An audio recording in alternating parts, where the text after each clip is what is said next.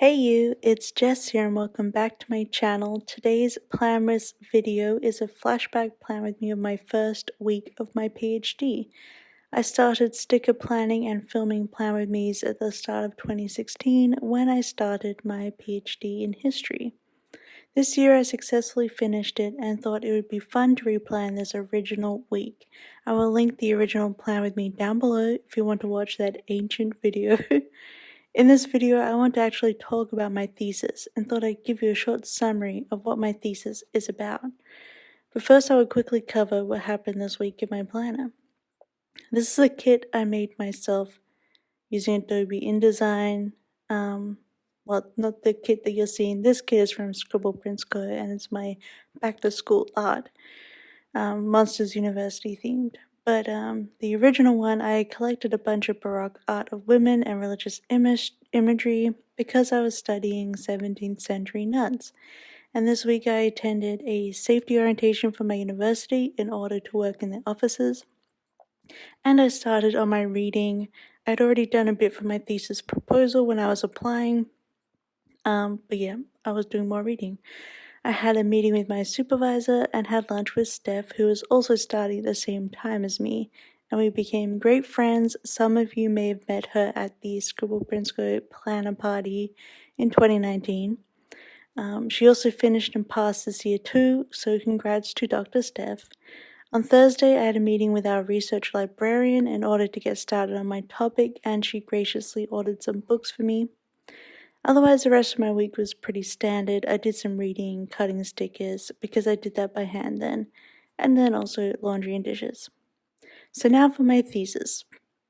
I will have to condense this a lot in order to fit in this video, so if you have any questions, let me know in the comments down below. So we have the introduction. Here I should say the thesis is 80,000 words long. So introduction. Here I set up my topic, historiographical basis, and argument. I'm going to focus on one convent of English Carmelite nuns from 1619, when it was founded, to 1699. In the 18th century, things get a little messy with the French Revolution, so I decided to cut it within 1 century.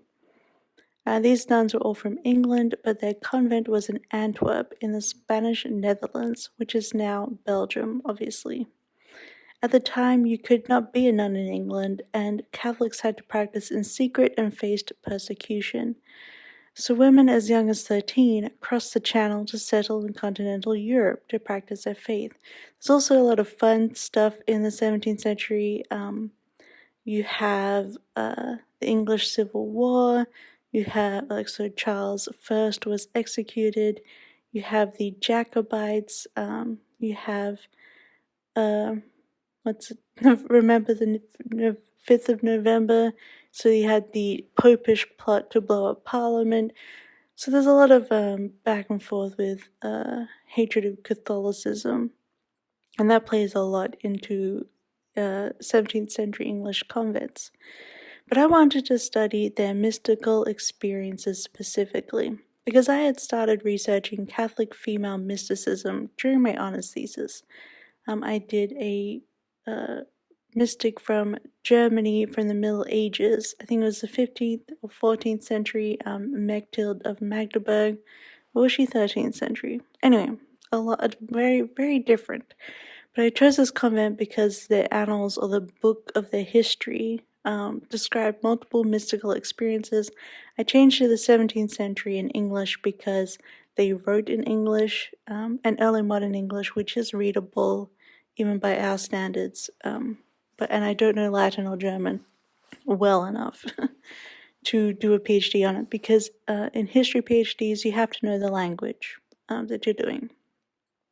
So furthermore, no other 17th century English convent had documented their kind of mysticism. So I wanted to find out why they were an anomaly and how mysticism was practiced and understood. In order to do this, I chose to use methodologies from the history of emotions.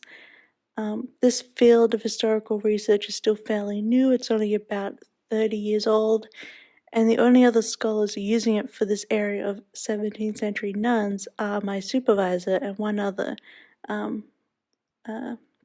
Lawrence Lux Sterrett, who ended up being my main examiner. The aim of these methods is to understand how emotion was understood and experienced within historical context. Emotions have not always been universal. How we feel emotion is not this, and understand it and experience it and document it, and how it works in our societies and cultures is not the same as it was 500 years ago. So each chapter I wrote would utilize a different method, because there are multiple methods and no one had really ever used them all together to paint one big picture. People usually just chose one. So I decided to do one in every chapter, which is kind of like explored the annals, like my one piece of evidence, in different ways. So chapter 1, which was titled Mapping Convent Emotions Through Institutional Dispute. So the method I used here was Barbara Rosenwein's emotional communities.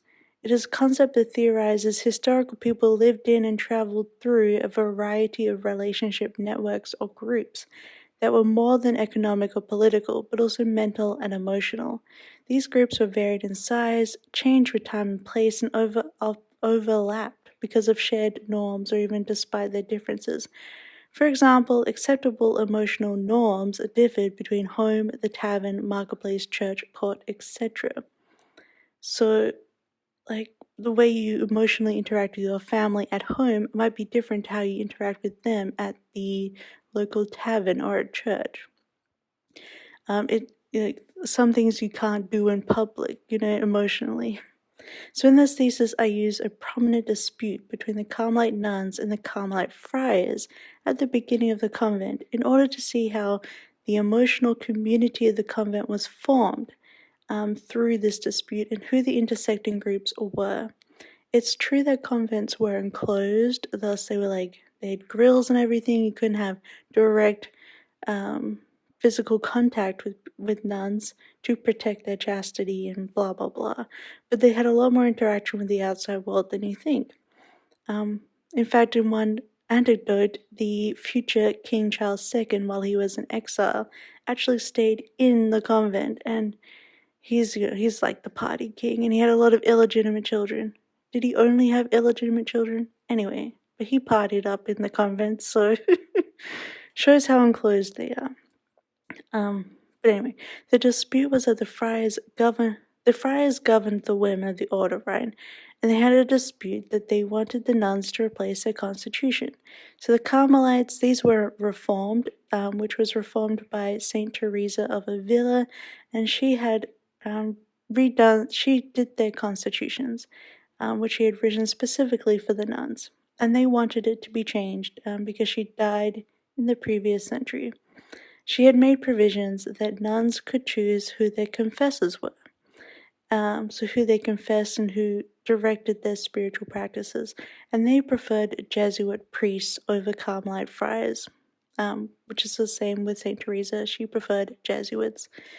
Of course, the friars weren't a fan of this, but despite the nuns' obedience to and love for the friars, they always stressed this. They wanted to obey them, but they refused. They could not change their constitutions because Saint Teresa was even higher to them than the friars, even more important. And they corresponded with universities and other convents and local patrons. And in the end, the dispute went to the Pope, who decided on the side of the nuns. He made a papal bull, that said the nuns were in the right, they could keep their constitutions. And because of this dispute, he decided that they would become under the government of the bishops of Antwerp rather than the friars. And the friars and different groups involved often had emotionally charged events documented, including one where a friar was on his knees begging with tears to the prioress of the convent, Anne. Anne of the Ascension is a very big figure in the convent. Of course, she was upset with him because she loved him as a brother and she did not want to upset him, but she remained calm and steadfast and continued to refuse him. So there's a bit of an emotional difference there. And a lot of the emotional norms of the convent are laid down during this dispute, and there are multiple mystical experiences that served as evidence that the nuns were in the right. And mystical experiences were also inevitably emotional, um, including one where Anne was crying in the choir over the dispute. She didn't want to disobey, but she felt it was wrong to change Teresa's constitutions. When Saint Teresa herself appeared before her in the choir in a cloud of bright light, and she tells Anne that she is right, and this comforts Anne and removes any trace of distress she felt. The mystical experience was specifically emotionally transformative. And the second chapter, The Strong Pillar of Prayer, 17th Century Spiritual Methods, goes further into St. Teresa of Avila as well as Ignatius of Loyola, due to the importance of the Jesuits to the nuns. This spiritual writing shows how mysticism was actually learned and practiced, not spontaneous events, but something that through prayer, reading, and emotional control, the nuns could work towards achieving. I really loved Ignatius's diary, where he was also attempting to figure out a problem with their constitutions at the beginning of the Jesuits, and has many entries where he kept track of his weeping and tears, and he goes through multiple spiritual sources and prayers and just crying and day after day in order to discover the right choice. And when it concludes, he no longer, as he says himself, has any need for tears again. Thus, emotions are powerful tools for mystical and spiritual practice. So mysticism is comprised of emotional practice, which is a concept proposed by Monique Shear, where you sort of learn emotions by practicing them over and over again purposefully, which is the same for achieving mysticism. The third chapter is called The Library, Navigating Emotion Through Reading.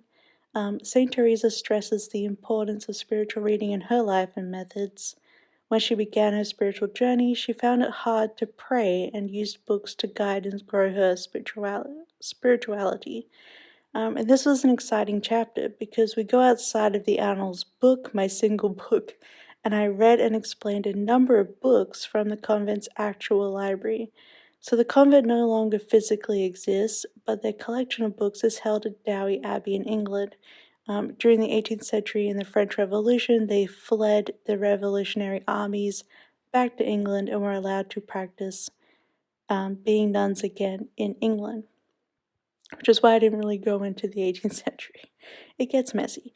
I went to visit on a research trip in 2017, and it was an interesting experience, not only eating lunch with monks every day, but also to touch and read these 500-year-old books. And yeah, you can just touch them, grab them off the shelf with your hands. It's all good. They're actually not as delicate as you would think. And that was really, really fun. The convent library was more than a repository of theological treatises and spiritual guidebooks. It held the tools for navigating and cultivating desired emotions.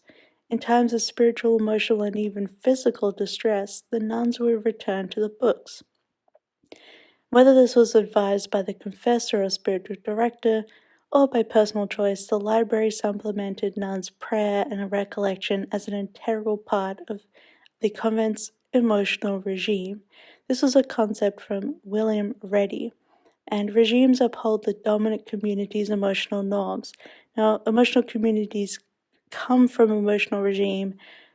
His theory is it's based on the French Revolution, and so you have like the ancient regime is one, but then you also have the Terror, that group, they also had their own emotional regime. And then Barbara Rosenwein was like, there are more communities than just the dominating political regimes. But we won't go into that, but he argues that those who struggle under the regime feel emotional suffering.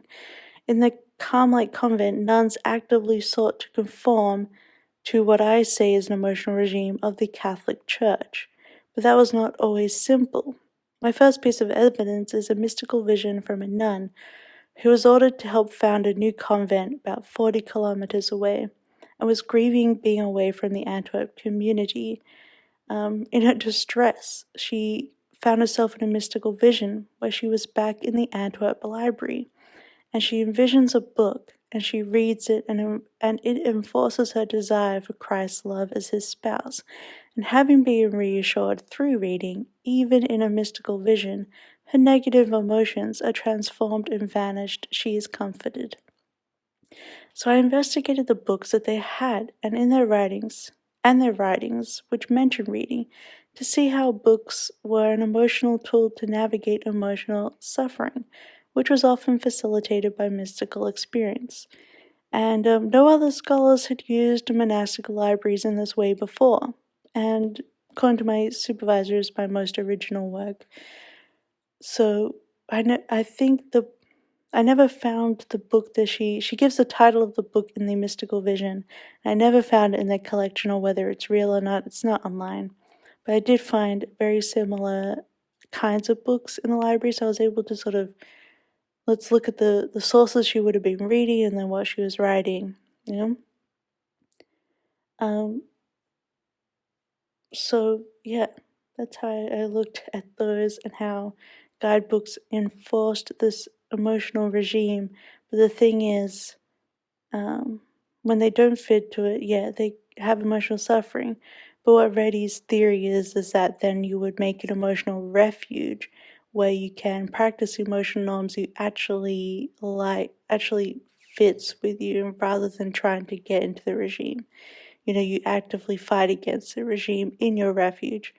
But the thing is, the library is a refuge, but it guides you back to conforming to the regime. I hope that makes sense. Yeah, so it's very oppositional in Reddy's theory, but mine is sort of, they're reinforcing each other.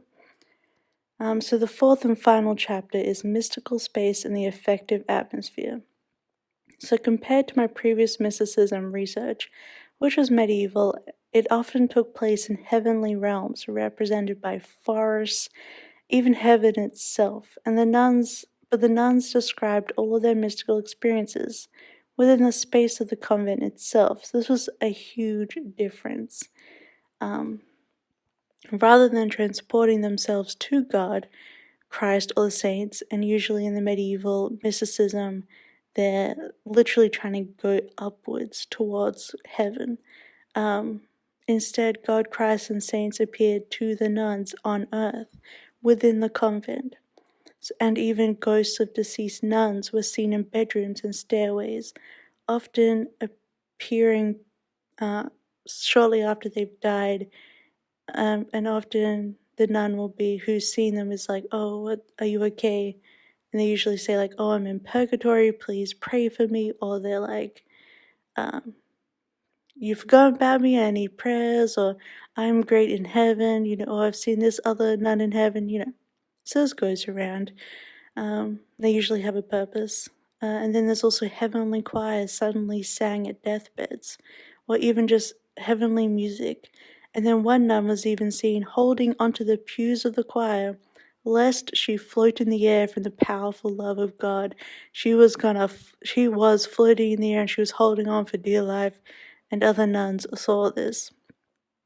And also sweet scents were also mystical elements, like when the miraculous unspoiled corpses of nuns were unearthed from the convent crypt. They smelled sweet instead of smelling disgusting like a corpse, which was the first step to becoming beautified as a saint. I studied these unique early modern mystical events through Ben Anderson's affective atmospheres, which delves into the abstract of emotion, how it works within spaces between bodies and objects. It's more like the feeling of a space, for example. We can go into a place and you're like, this place is evil. You just know it. Like, it's an affective atmosphere. Like, some places really depressing. So I concluded that the common theme throughout the annals was the continual presence of God's love. Grief, anger, and distress were all felt at times by the English Carmelites, but the affective atmosphere of the convent, a safe home away from their homeland, was imbued with joy, mirth, goodness, and light, all stemming from the divine love of God. At times of extreme emotional states such as grief, longing, and rapture, the atmosphere manifested visions of transformative emotional power. At the same time, those visions reinforced the atmosphere. So you saw someone having a mystical experience in that atmosphere, so maybe you're more likely to experience it yourself. It was not static, but constantly growing and changing with the physicality of the space, the material objects within it, and the human bodies that occupied it. Early modern mystical visions were an effective force, not just to the recipient, but to all those that shared that space. Analyzing mystical experience in this way allows us to understand the early modern nun beyond a theological, political, or literary sense. Visionary space uncovers the transience in identity and spatial perception, with constantly shifting emotional responses between the outside world and the inner senses. The nuns of the Antwerp convent prayed together, laughed together, died in each other's arms, and generated an effective atmosphere where God's love and goodness filled all things. That was like directly from that chapter conclusion, by the way. That was more like how I actually wrote. But this chapter has been worked into a book chapter that will hopefully be published next year or the year after. Academic publishing takes a long time. But really, ultimately, what I thought was a lot of historiography traditionally, which has been overturned in the last 20 years, has been that nuns they weren't allowed to have emotions, they weren't allowed to have friends, and in the Council of Trent, which were the Catholic Church's rules at the time, it was kind of that way. Although emotion was never actually talked about, historians just said there was no emotions allowed because they needed to, they needed to spiritually destroy themselves in order to, so they had to be dead from the physical world in order to join the spiritual world. And perfect themselves. But the thing is, they still were humans, they still lived together, they experienced things together. There's so many awesome experiences within the annals of them laughing together. Like one nun who saw a vision of the baby of Jesus he was going, I think he's being held by Mary, but they're going down the hallway of by their bedrooms, and he's throwing sugar plums towards the nuns. And only this one nun can see it, obviously, but the little baby's throwing sugar plums to regale his brides. And she's just laughing to herself. And all of them, like, they'll come and they're like, "What are you laughing at?" And they're like, "Oh." And then, there are times where they're in the infirmary, they're sick, they're dying, they're crying out.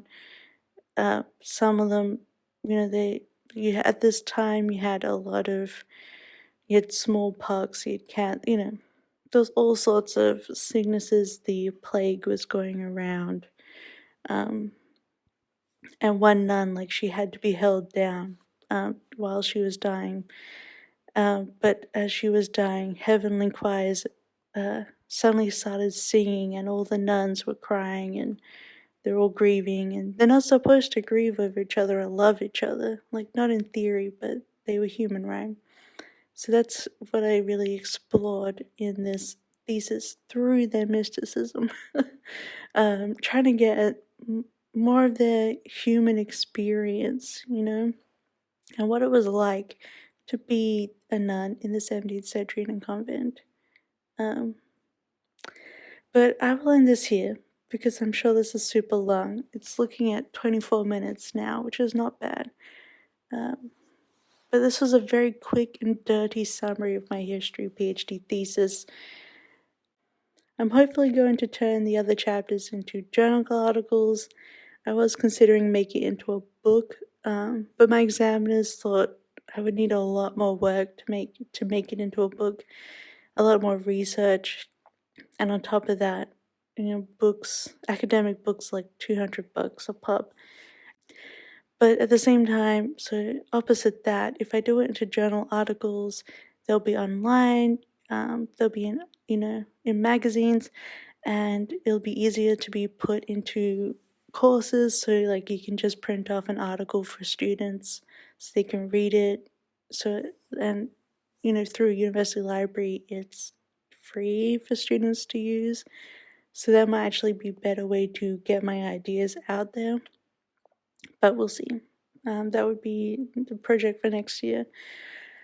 But anyway, I hope this was interesting for you to listen to and find out what I was really up to the last 4 years. Don't forget to like and subscribe this video because PLANMAS is still going through Christmas Day. I have a whole long Christmas Day, which will be super fun. But I hope you have a wonderful week. Let me know what history you're into. Any comments you want to say. Maybe if you listen to this whole thing, you could leave a little, like maybe some stars or moons or whatever emojis in your comments. But otherwise, I hope you have a wonderful week, and I'll see you next time. Bye!